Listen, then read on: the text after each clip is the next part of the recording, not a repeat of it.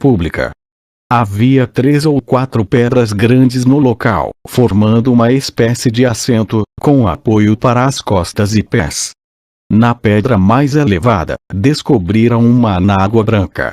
Na menor, uma echarpe de seda. Uma sombrinha, um par de luvas e um lenço de bolso também foram encontrados. O lenço trazia o nome Marie Rouget. Pedaços do vestido foram achados nos galhos ao redor. A terra apresentava marcas de passos, os arbustos estavam quebrados e havia diversos indícios de um confronto violento. A despeito da comoção com a qual a descoberta desse matagal foi recebida pela imprensa, e a unanimidade com que se supunha indicar o local preciso do crime, deve-se admitir que havia bons motivos para dúvidas. De que se tratava da cena do crime, posso ou não acreditar, mas há excelente motivo para a dúvida. Se o assassinato tivesse ocorrido, como sugerido pelo Le Commerciel, nas vizinhanças da rua Pavée e St. André, os criminosos, supondo que ainda residam em Paris, estariam naturalmente atemorizados com a atenção pública direcionada para eles. Em determinados raciocínios, teria surgido de pronto uma necessidade de empenho para redirecionar a lures tal atenção.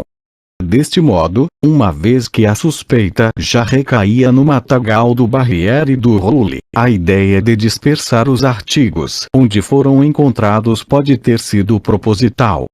Não há nenhuma evidência concreta, ao contrário do que supõe o Le Soleil, de que os artigos descobertos tenham estado há dias no matagal, enquanto existem muitas provas circunstanciais de que não poderiam ter permanecido no local sem chamar a atenção durante os 20 dias que transcorreram do domingo fatal até a tarde em que foram descobertos pelos meninos.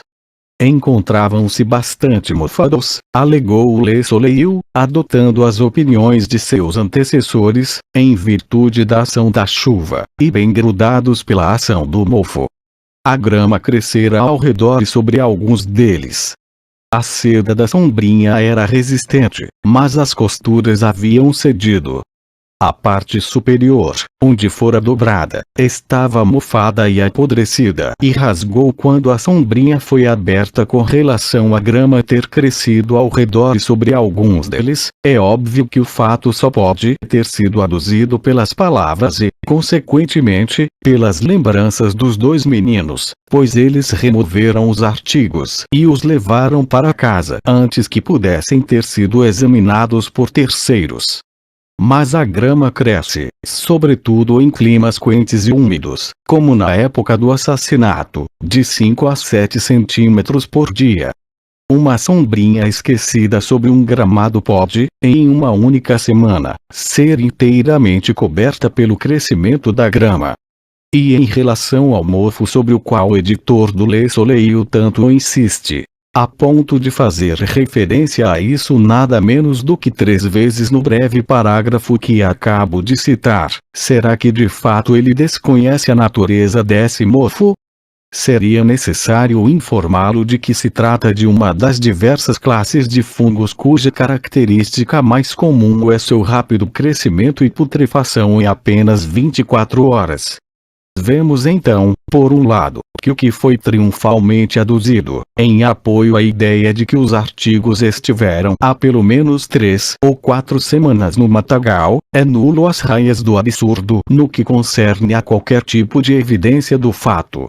Por outro lado, é muito difícil acreditar que tais artigos pudessem permanecer no matagal em questão por um intervalo maior do que uma semana, ou seja, um período superior ao de um domingo ao outro. Quem conhece a vizinhança de Paris sabe a extrema dificuldade que é encontrar um lugar mais reservado, a não ser bem longe de suas áreas residenciais.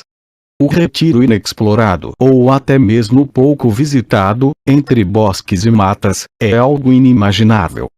Deixe que um amante da natureza, não obstante preso por seu dever à poeira e ao calor desta grande metrópole, deixe que ele tente, mesmo durante a semana, saciar sua sede de solidão entre as paisagens de natural encanto que nos cercam. A cada passo, ele testemunhará o encanto crescente dissolvido pela algazarra de algum meliante ou gangue de desocupados farristas. Buscará a privacidade entre a folhagem mais densa, mas será em vão. São precisamente esses os recantos onde pulula ralé, são esses os templos mais profanados. Com o coração confrangido, nosso andarilho regressará às pressas para a poluída Paris, tomando-a como menos odiosa por ser menos incongruente. Porém, se a vizinhança da cidade é tão movimentada durante a semana, que dirá no domingo? É exatamente nesse dia em que, livres das demandas laborais ou privados de suas oportunidades costumeiras de crimes, os malfeitores da cidade buscam as áreas mais remotas, não por apreço ao campo, que, no fundo, desprezam, mas sim como via de evasão das limitações e das convenções da sociedade. Desejam menos o ar fresco e as árvores verdejantes do que a permissividade absoluta do campo. Lá, na pousada à beira da estrada ou entre a folhagem das matas, livre de quaisquer testemunhas exceto seus companheiros, entrega-se aos loucos excessos de uma falsa alegria, provocada pela combinação da liberdade e do rum. Não digo nada além do que deve ser óbvio para qualquer observador imparcial quando repito que o fato de os artigos em questão terem permanecido ocultos por mais de uma semana, em qualquer matagal nas imediações de Paris, deve ser visto como algo nada menos do que milagroso. Contudo, não são necessários outros fundamentos para confirmar a suspeita de que os artigos foram colocados no matagal com a intenção de desviar a atenção do verdadeiro local do crime. Em primeiro lugar, deixe-me atentá-lo para a data da descoberta dos artigos. Compare-a com a data do quinto recorte que extraí dos jornais. Você perceberá que a descoberta se deu quase imediatamente após a chegada dos comunicados urgentes enviados ao jornal vespertino. Tais comunicados, embora variados e provenientes de diversas fontes, versam todos sobre o mesmo tema, a saber, apontavam uma gangue como responsável pelo crime e as cercanias de Barrière du Roule como o local em que fora cometido. Aqui, é claro, a suspeita não é de que os artigos tenham sido encontrados pelos meninos em consequência dessas mensagens ou da tensão pública que tenha provocado. A suspeita pode e deve ser de que os artigos não foram encontrados antes pelo simples fato de que não estavam lá, tendo sido dispostos no local apenas na ocasião dos comunicados, ou um pouco antes, por seus culpados autores. Esse matagal era singular, bastante singular. Excepcionalmente denso. Dentro de suas muralhas naturais, havia 3 pedras bem grandes, formando um assento com apoio para as costas e os pés. E esse matagal, tão repleto da arte da natureza, encontra-se nas vizinhanças da residência de Madame Deluc, cujos meninos tinham o hábito de vasculhar os arbustos ao redor em busca de cascas de açafrão. Seria impossível apostar, em uma aposta de 1000 para 1, que dificilmente um dia tenha se passado sem que pelo menos um dos meninos tivesse se embrenhado nesse recanto de sombras para sentar-se em seus tronos de pedra.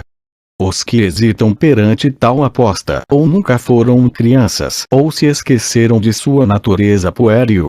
Repito. É extremamente difícil compreender como foi possível que os artigos tenham permanecido no matagal sem serem descobertos por um intervalo superior a 1 ou 2 dias. Logo, temos um fundamento plausível para suspeitar, a despeito da ignorância dogmática do Le Soleil, de que os dispuseram, em uma data comparativamente tardia, no local em que foram encontrados. Contudo, existem outros e mais contundentes motivos para acreditar nessa hipótese, maiores do que os que elenquei até agora. Deixe-me chamar sua atenção para a disposição altamente artificial dos